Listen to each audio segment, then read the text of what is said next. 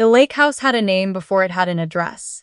My grandfather called it Birchwater, after the trees that lined the shore, and that's what we still called it 40 years later, long after he was gone, and the cottage had been winterized and turned into a real home instead of a summer escape. My grandmother left it to my mother, and my mother spent 11 years renovating it, room by room with money she didn't have, paying contractors in installments, doing the painting herself on weekends, because that was the only way she could afford new windows the following spring. I watched her do this from the time I was 19 until I was 30, and when she finally signed the property over to me 2 years ago, in the lawyer's office in Bracebridge, with the lake visible through the window behind his desk, she said, "Your grandmother wanted this to stay in the family, Claire, properly. With your name on it, not just your face showing up at Thanksgiving." I'm Claire Whitmore, I'm 33, and I work in supply chain logistics for a manufacturing firm out of Barrie, which is about as unglamorous as it sounds, but it pays well and it let me keep the cottage running without touching my savings. I moved my husband Mark in with me 11 months before everything I'm about to tell you happened, and for most of those 11 months, it felt like exactly what I'd hoped marriage would feel like. Somebody to split the firewood with, somebody who actually wanted to drive up Friday nights, even when the 400 was backed up past Barrie. Somebody who learned how the ancient propane furnace worked because he wanted to, not because I asked him to. I told Mark everything about that cottage in the first month we dated, long before there was any thought of marriage. I told him about my grandfather building the dock by hand, about my mother stripping wallpaper at midnight because she worked days at the hospital, and renovating was the only thing she could do after her shift ended. I told him what that land meant, not in some abstract sentimental way, but specifically, this was the only thing in my family that had survived 3 generations without being sold off to cover somebody's bad decision. He nodded along every time. He said he understood.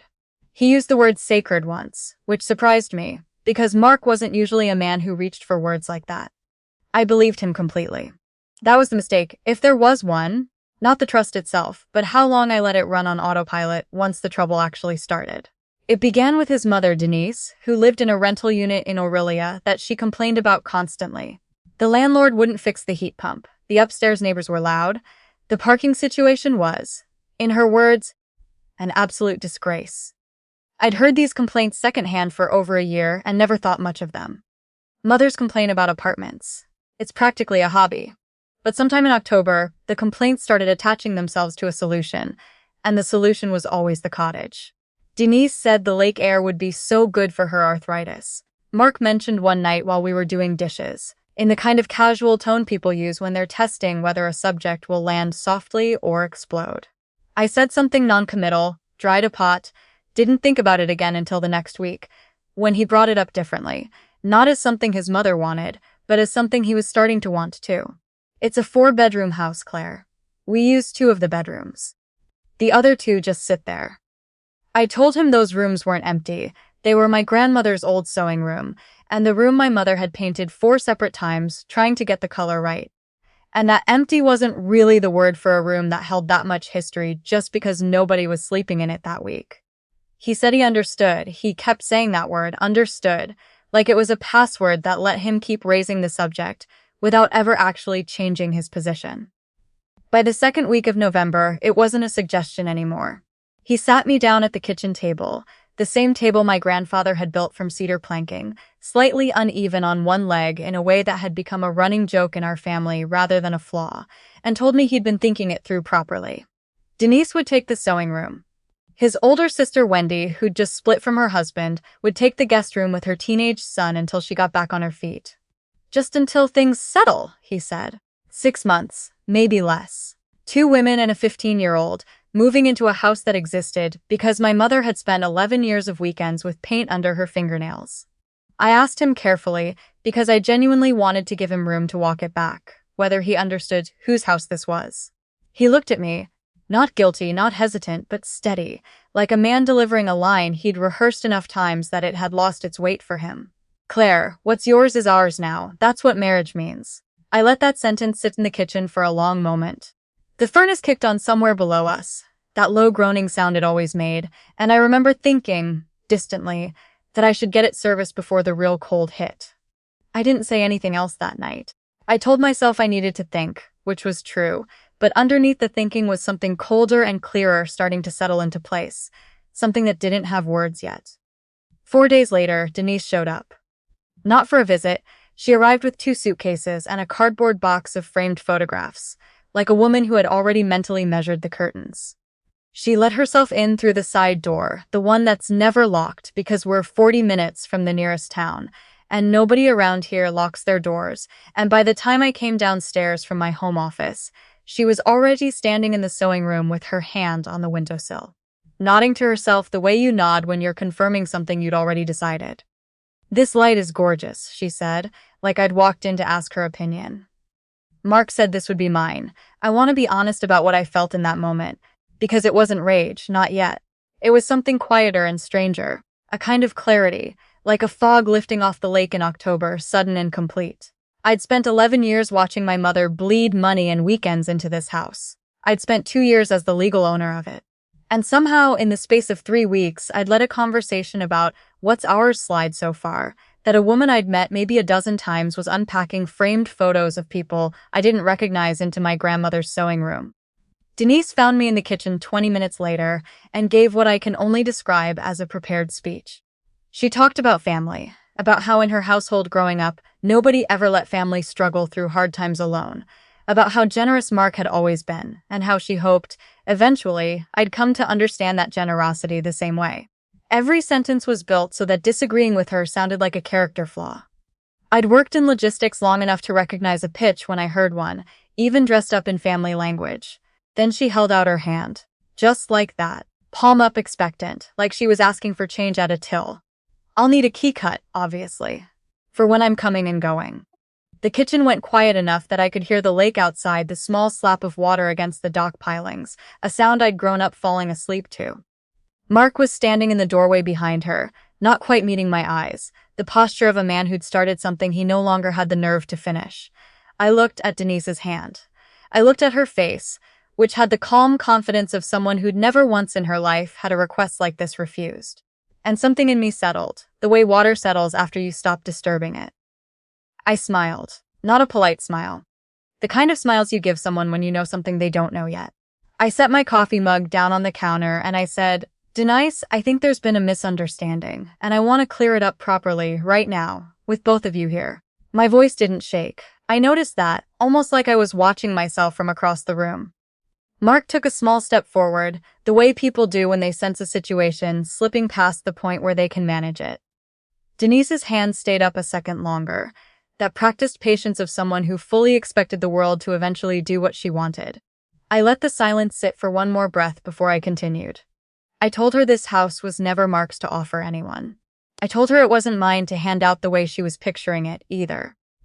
I told her slowly that this property belonged to my mother first, that the 11 years my mother spent renovating it on a nurse's salary, stripping wallpaper after 12-hour shifts, repainting the same room 4 times until it was right, were stitched into every wall of that house.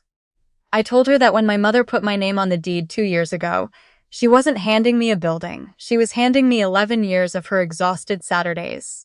And I wasn't about to give any piece of that to a woman who'd walked through an unlocked side door with suitcases and started measuring curtains before anyone invited her to.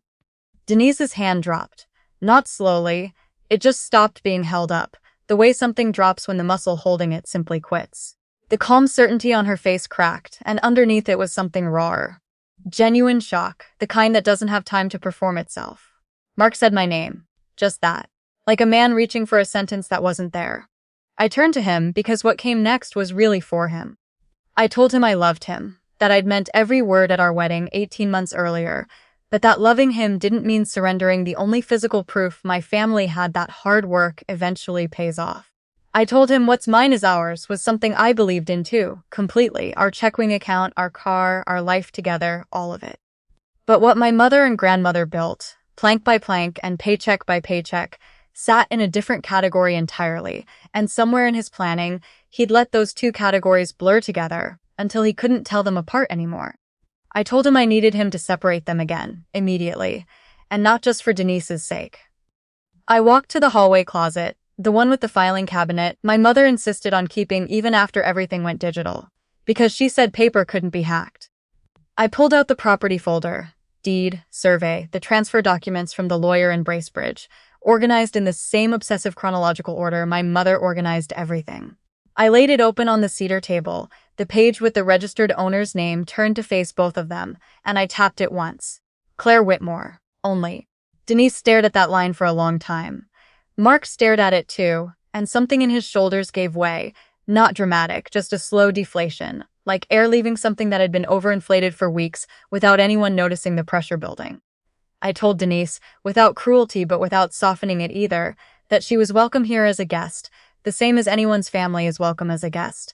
But that guest rooms exist for guests, not for permanent residents who measure curtains before they're asked.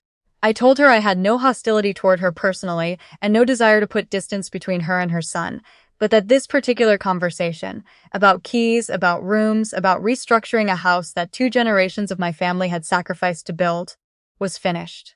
It had ended the second she held out her hand expecting a key.